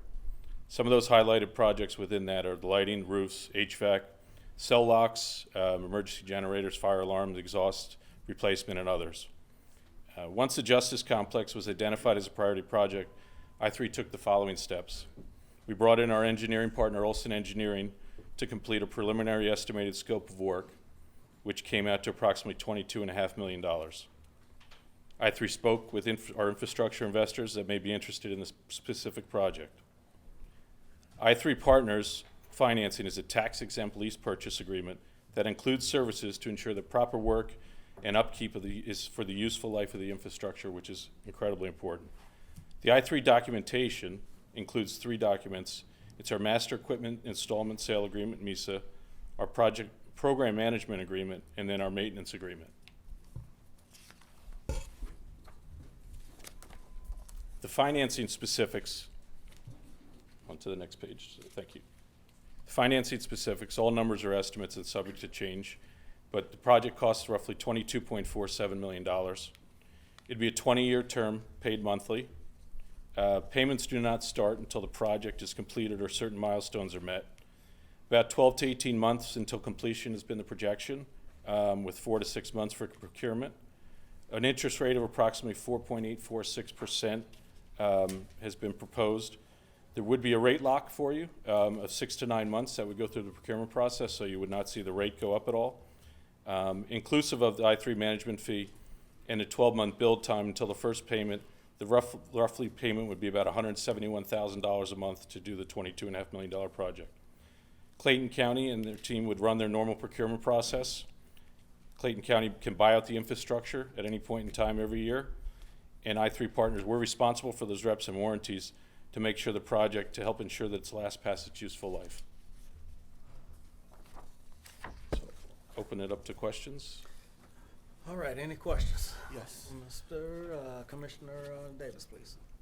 4.0 4.846 interest rate, does that start on initiation of the project, or does that start upon completion of the project? Upon completion or certain milestones, so in a 12-month period, whatever that's there. And that rate would be, you would get a 6 to 9 month rate lock. So if it goes to the next vote, you would have that rate lock and that interest rate there. Okay. Nice part is, interest rates were down a little bit today, so that would benefit off of that, so. And what about as far as management fees? So our management fee is 70 basis points on the back end to monitor, to make sure all the maintenance is being done properly. CGL is your maintenance firm. We worked with them to make sure we're responsible for the reps and warranties. And we get a 3% project fee, which is included in that cost. Just so everybody knows, as a consultant, we've been paid nothing so far at all. We've been working. I have a question too. Hold on, I'm sorry. He's not finished yet. 3% of the project cost. Okay, 3% Yep. of project cost. Yep. All right, Commissioner Anderson. Oh, y'all want me? You said what now? Go ahead, Okay. go ahead, go ahead. I just want to say that I've looked at the company, and I just have some issues with your company. Period. The first of all, your corporate address that you have is at 1929 Brown Ridge Drive, which is in Marietta, Georgia. I believe that's someone's house. Is that correct? That is to get mail, but we also have an address. We have an address on Southwest in Northwest in Atlanta. We have a space with what do you call it? It would be like a. But is that a virtual address? Because when I looked it up, it's a virtual address. And see, that's what I'm talking about, y'all. We have to. I just don't feel comfortable. I just feel like when I saw that it was a virtual address, when you all have been in existence since when? 2022? No, 2021. June of 2021. And so I just have some issues doing business with you all. I talked about this with our financial advisor. And so as I talked about this, you don't have a track record. I mean, what can you show us that you've done anywhere else as a company? And so that's the problem that I have in Clayton County and with us. And I don't want to just say for this board, but my thing is you have to have a track record if we're going to work with you. You all have to be able to show us something if we're going to work with you or have worked with other municipalities. You all have just started. And I'm not saying that you don't deserve a chance, but the return on investment, some of those things, and just looking at where you're located, things of that nature, is just too iffy for me. So can I address, so in terms of experience, our partner is Olson Engineering. They've been in business for 67 years. They deal in 48 states in the country. They deal with 1,600 municipalities. They've done billions and billions and billions of dollars worth of work. Our financing Who are your partners? Olson Engineering. And who else? So And then on the financing side, we have large financing partners.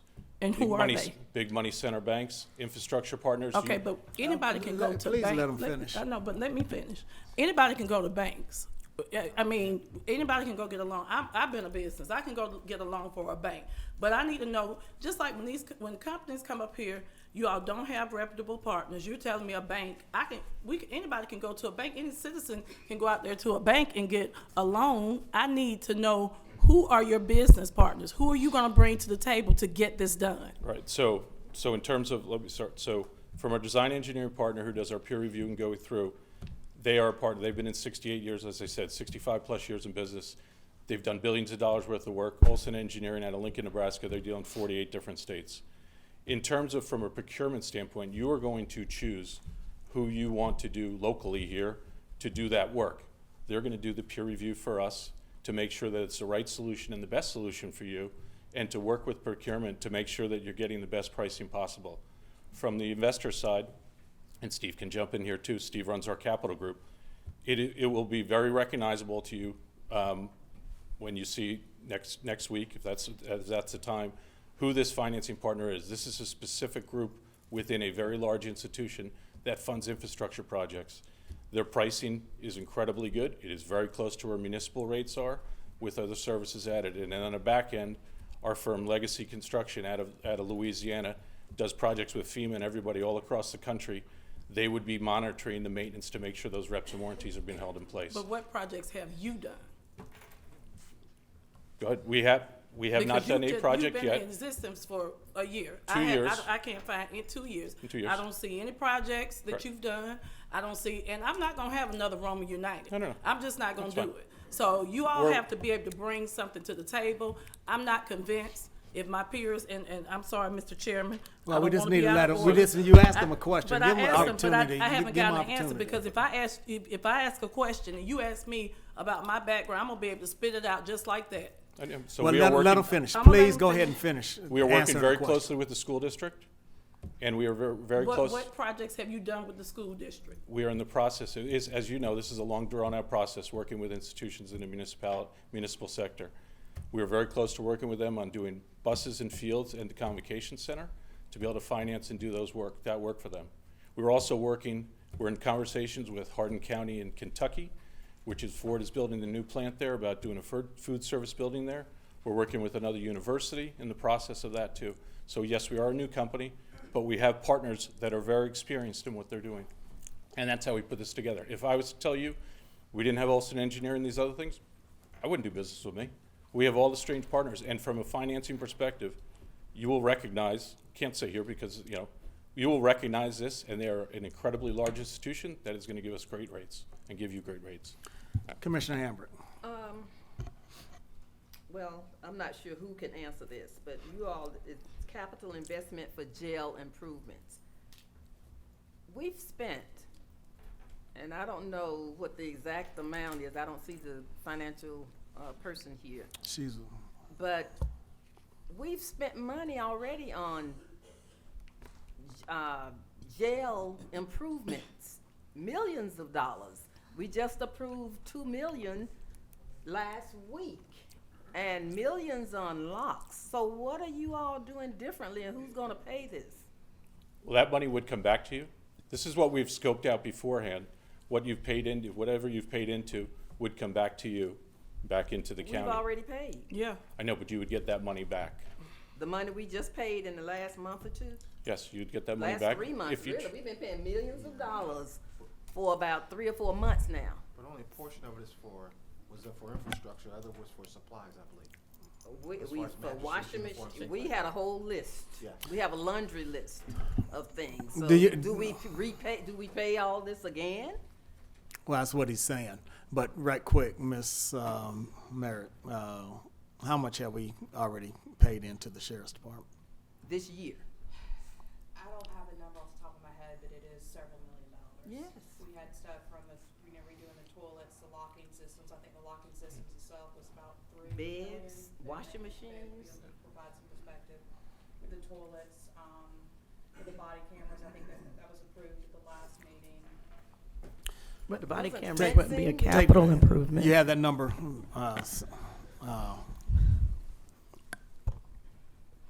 DCO Marcus?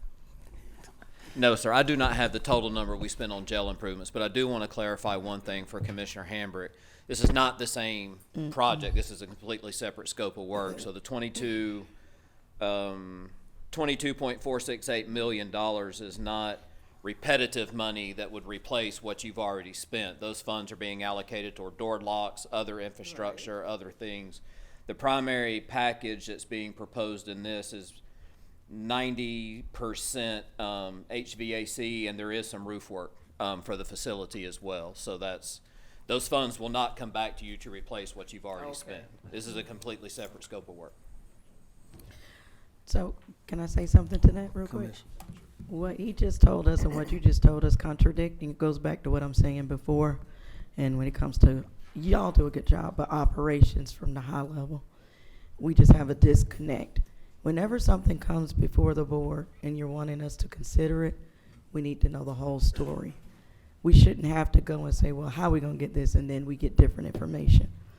I would hope that we've evaluated whatever comes before the board from all perspectives in terms of cost, so that when it's coming to us, we're clear on what's being presented, what's already been done, what monies have already been spent, and what the ask is. This is like the third presentation before this board during this work session that I feel like, and it's not just to y'all, because y'all are always like this, like your head down, but from the high level area, I think that we're missing it. Even when it came to the number of years that people are on probation, it's just a lot of disconnect that I think we can step back and take time to come together on. Thank you, Commissioner. And for this particular project here, I mean, we can walk you through whatever number you would like to know That would about be this great. particular project and what I3 is presenting. So they were walking you through kind of the high-level overview of what it is that they've proposed to the county. We've been vetting this for quite some time. So Got as it. far as the numbers behind what this looks like and whether or not it's a benefit to the board, we can certainly provide you any of that data. I wanted to make sure we clarified for Commissioner Hambrick that the funds here that you're looking at, this $22.46 million, is not replacing funds this board has already spent. This is a completely separate scope of work. And that was my point. We heard from our vendors that we would get that money back. So there's a level of confusion there. But you brought up a good point. So you said, where did this company come? Where did y'all come from? Did you all find it, source it? What happened? How did we get to this space?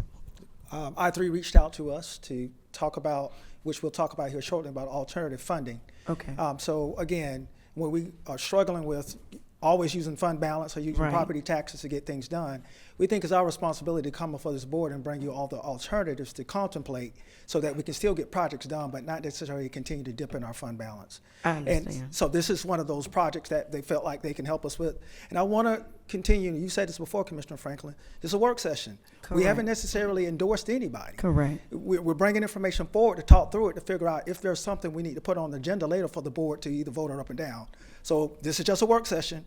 We're trying to figure out to get you the information, give you an opportunity to query that information, ask the tough questions. And if it doesn't rise to the level of this board thinks that it needs to, then we won't even put it on the agenda for board consideration. I thank you for that, and I would like to continue the conversation. This is the first time I've heard of your company.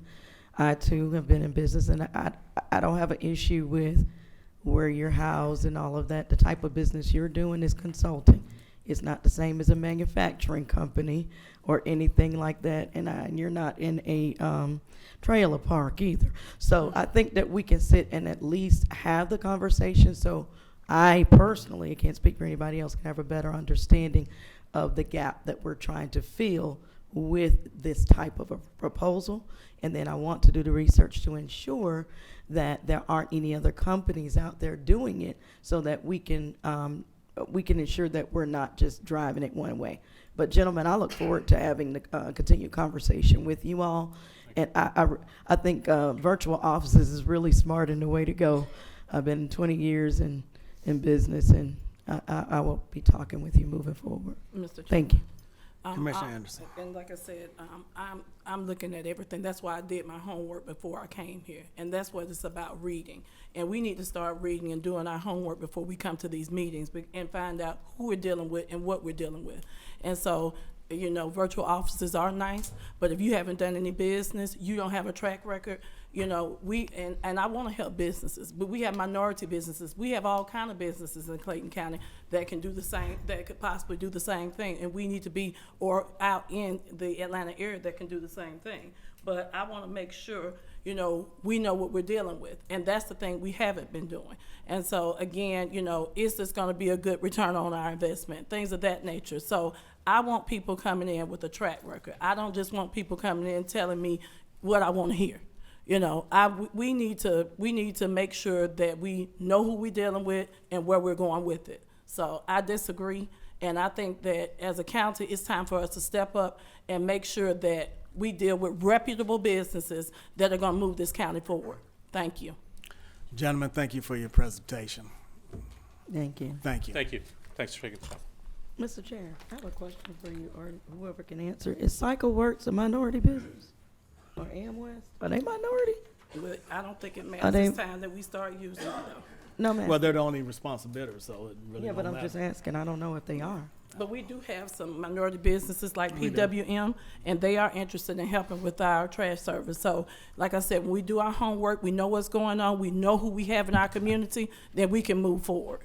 But when we put out things for RFP, you do have to be a responsive You bidder. do. Yeah. So we gotta encourage our Yeah. minority businesses to make sure that they get compliant and make And sure CycleWorks can they give- complete Yeah. the application or the request in its totality. And CycleWorks can also work with those businesses as well, Mr. Chairman. I agree. Alternative capital funding, C-suite. Chairman, and to that note, then I'd like to thank Ms. Carol Rogers for their event today on getting small and local businesses. Oh, absolutely. Thank you. They do a good job on doing that. Ms. Stanford. Yes, and staff, I'm sorry. Chairman, Vice Chair, Board, to help us get back on track, we're going to ask to table the alternative funding source. There's a couple of things that we want to provide to you all prior to listening to the discussion. I think it would be more beneficial to the board to provide you some preliminary information, and then we can have it in the form of a work session. Sheriff, I respectfully ask that you work with me on that. One of the things he asked for in some of his capital requests, we told him that we were bringing forth alternative funding source, and by us not doing that tonight, clearly that might put him behind the gun with some of the areas that he's been looking for. But we'll make it a priority to get you all the information before the close of business on Friday, and then we can follow up with some additional discussions from there. Thank you. Terra Boulevard Gateway Livable Centers Initiative, Community Development. Good afternoon. You gotta speak louder than that. I sure will in a minute. Mr. Chair, Vice Chair, and Commissioners, good evening. We have our consultant, Pond and Company, this evening to give you an update on the Terra Gateway LCI project. And this evening, I have Ms. Lillian Al-Haddad, who is the Senior Project Manager with Pond, to go through the presentation for you and give you the update. Good evening. Is that better? Much better. Thank you for this opportunity. I'm here. I'm with Pond, like Patrick was saying. We are the consultants working with the Clayton County, Jonesboro, and Lovejoy, as well as the Aerotropolis on advancing the Terra Boulevard LCI project. I'm here to give you guys an update on where we are, where we've been, and where we're going on this project, get your feedback, and hopefully get the shared vision for everybody here.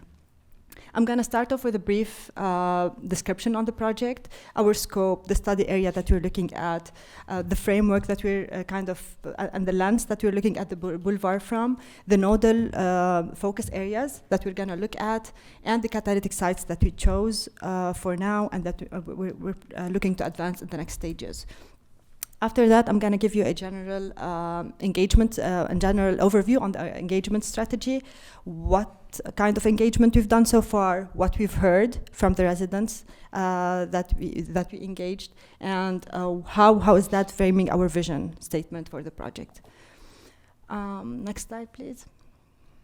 So this project has been started in March, and it's going on all the way to May 2024.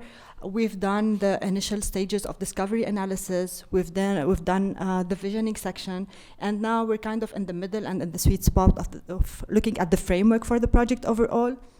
So right now we've identified catalytic sites with the team and with the PMT team. We're looking at economic development strategies, transportation mobility strategies, and placemaking strategies all across the boulevard. We've had 2 PAG meetings so far, and there's another one coming up. We have an internal design workshop with the team, and we have an external design workshop also coming up in the next stages. And we have plan recommendations, implementation strategy going forward. Next slide, please. So this is kind of the study area that you're looking at. It starts off all the way from the Riverdale intersection to the north, all the way to Lovejoy to the south. It's kind of a big corridor. It's a 10-mile corridor that we're looking at, and it's there's a lot of focus points that we can focus on and we can study further. For the sake of this project and the timeline that we have, we kind of focused on 3 major nodes across this boulevard. So there's the Terra Gateway, which is kind of the gateway for the whole boulevard overall, and this is like a very strategic focus area for us that we're looking at. There's the Jonesboro node, and connectivity to the downtown over there. And there's the Lovejoy node and what that does to the downtown Lovejoy in that area. So major strategies that we're looking on the boulevard from. The first one is the corridor, is a transit corridor. We know a BRT is happening on the boulevard. That's gonna implicate a lot of changes in the land uses, which also means a lot of changes in the quality and the type of roads that we're proposing across the boulevard. So this is something that we're actively looking at. Another framework lands that we're looking at the boulevard is how to connect it to the context, to the natural context of Clayton. So we have Flint River on the west side, and we have the creek on the west side, and how will that contribute to having a more pedestrian-friendly boulevard across specific places? Of course, like safety has been an issue, crashes have been an issue all through. So we're not trying to change the vision of the boulevard into a more pedestrian boulevard. We recognize its current vision, its current scope, and its current use, but we're looking at points at which we can make this connectivity safer and easier for the pedestrians and the community across the boulevard. The third, can we go back? The third lens that we're looking at the boulevard is the east-west connectivity. How can we connect the communities on both sides of the boulevard? Currently, the boulevard is a disconnect of what's happening to the east and to the west. How can it be an area of connection rather than an area of disconnection between the two communities? So that's for the general strategy for the boulevard. For the specific nodes that we're looking at three themes. We're looking at redevelopment, connectivity, and activation. And these three themes are across the three different nodes. There's more priority to one of these themes in each one of these nodes. So if we can go to the next slide. So for the Tara Gateway, for us, it's more development. There's a lot of opportunity happening over there. There's a lot of land that needs to be developed in a better way. What's happening there from the road structure, from the quality of the roads that we have, from the design of the roads across the different real estate properties isn't really helping the developers to come in and invest in this area. Can you repeat that? I'm sorry, you said it kind of fast. I want to hear that point. Sure. So for the Tara Gateway, we're looking at three different strategies: the development, connectivity, and activation. Activation is placemaking, but through each one of these nodes, there is one major need that needs to happen before the others, in a way. So for the Tara Gateway, it's more a development need that needs to happen. There's a lot of land over there and a lot of potential, and it's the gateway to the rest of Tara. And we recognize the need over there to look at development opportunities across the node. How I will go into once we discuss this node into detail, I'll go into further detail on what I mean about looking at the different roads and how will that help a development in the area. So I'm going to get to that in a few slides. For the Jonesboro node, we're looking at connectivity. We have the Jonesboro downtown and we have Tara, and there's nothing connecting these two right now. There's a few streets going on, but in terms of pedestrian connections, in terms of people coming on Tara, they're not really utilizing any specific connections currently to the downtown Jonesboro. And we're kind of looking at that connectivity and enhancing that connectivity. For Lovejoy, there's development need, there's connectivity need, but the biggest need is actually activation. It's placemaking. It's creating a downtown for Lovejoy that the residents are proud of and the residents wanna relate to. There's a lot of residential going on, but what we're looking at right now is really a mix of uses that can really get the different residential neighborhoods together. So this is the first node that we're looking at. This is Tara Gateway node. The definition of this road, of this node is general. We're more looking at the area and the dynamics of the area over here. The catalytic site that we're looking at the Tara Gateway is the Tara crossings. There's a lot of potential in this site. However, with what's happening with the Dixie Road, with the Tara Boulevard over there, there's the median plots, and there's plots to the east that are dilapidating. There are empty hotels over there. There's not much being utilized in terms of development for these real estate properties. As consultants, what we're looking at innovative strategies on how to look at these roads, how to design them better, so that these properties can be kind of assembled together and provide a bigger vision for real estate development in that area. For the Jonesboro node, we're looking at the site that's adjacent to Tara and crosses to the park over there and goes all the way to Jonesboro. currently the site, there's a park and ride over there. There's an assemblage of properties that are private and public. We recognize an implementation strategy is going to be a big part of this, and we're kind of starting the discussions with the different developers and how we can get these together. It is a work in process, and for now we identified the site as an accumulation of plots that are there, that are ready for development, and strategically they offer a lot in terms of if they're developed in the right way in terms of connectivity to the rest of the vision of Jonesboro over here. Next slide, please. And then comes Lovejoy node. This was a little bit of a struggle for us. We wanted something that's a catalytic site that's actually across Terra, but then we decided that the need here is more of a site that's really in the middle of the residential community, a site that can be the downtown for Terra. Again, this site is a linear development. It's between two roads, so connectivity is going to be a challenge that we want to look at and we want to try to investigate further. This is, again, a work in process. We're doing our discussions with the different developers over there, with the community of Jonesboro and Lovejoy, and getting more feedback. Next slide, please. So in terms of engagement, what has been done? What helped us get to where we are today? Next slide. We've done 3 open houses back in September. The first one was in Terra, the second was in Lovejoy, the third one was in Jonesboro. We got very good attendance in both Lovejoy and Jonesboro. Less so on Terra Gateway because there is not immediate residential neighborhoods over there. So getting to the site was a little bit of a challenge. Next slide. And we did an online survey. We have the map up front, and we had a lot of interaction. We had more than 50 comments. Basic questions were, what are areas of improvement across the boulevard? What's your favorite spots across the boulevard? General comments, and where can we make it easier and better for you to enjoy Terra? Next slide. We had 2 PAG meetings so far, one that has happened in person in August, November, and there's another one coming up in February. Next slide. And based on this engagement, and based on, we also had one-on-one interviews, small group interviews. This project has been very well received from the residents, very well received from everybody that we engaged with. What we heard from the open houses, we heard priorities of connectivity, safety, quality of businesses. We heard walkability, we heard placemaking, and we heard family activities. And these were the lenses that we looked at to kind of frame the vision for the boulevard as a cohesive vision that's really a vision for all.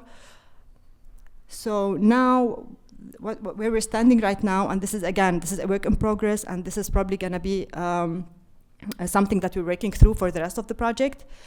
Terra Boulevard is a vibrant, cohesive corridor that provides safe connections for all, attracts a thriving mix of land users, and activates happy places. And we're still trying to figure together what's a happy place. We have different definitions, we have different conversations around this, and it's just a process that we're going through, and we're happy to build this together.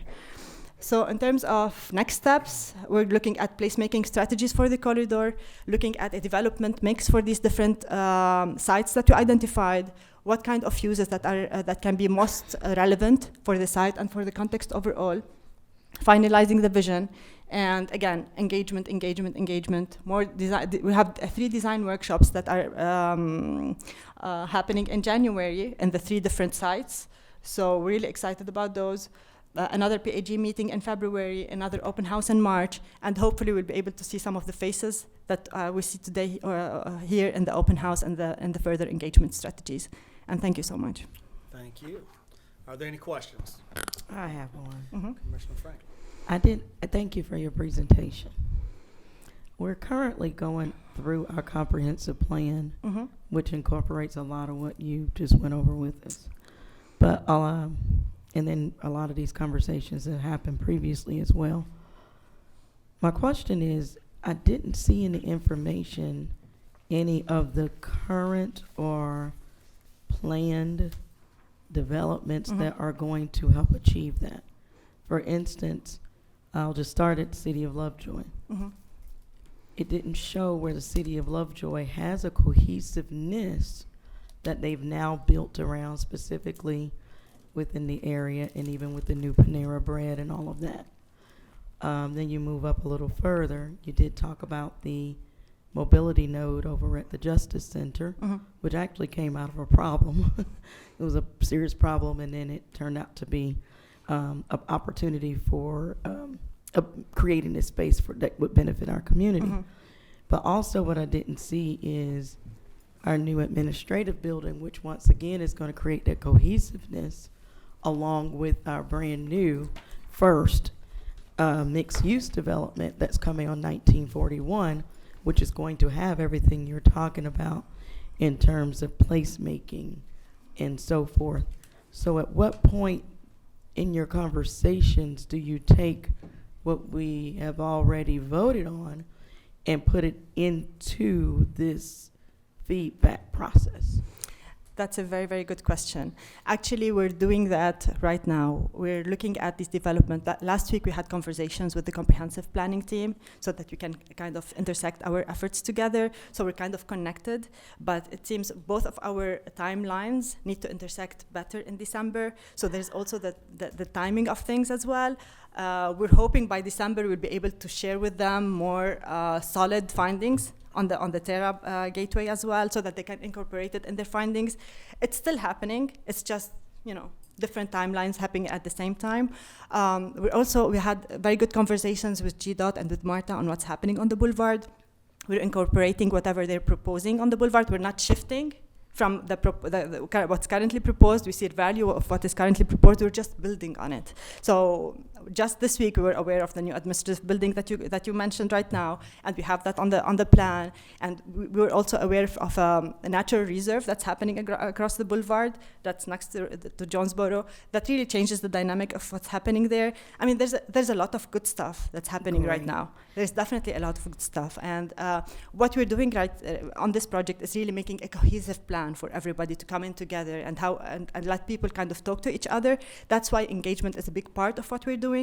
Just connecting with these folks, getting the people, stakeholders of these projects coming in and sitting together and having this conversation, and how we can, use that as a stepping stone into something. We know we're not starting from zero.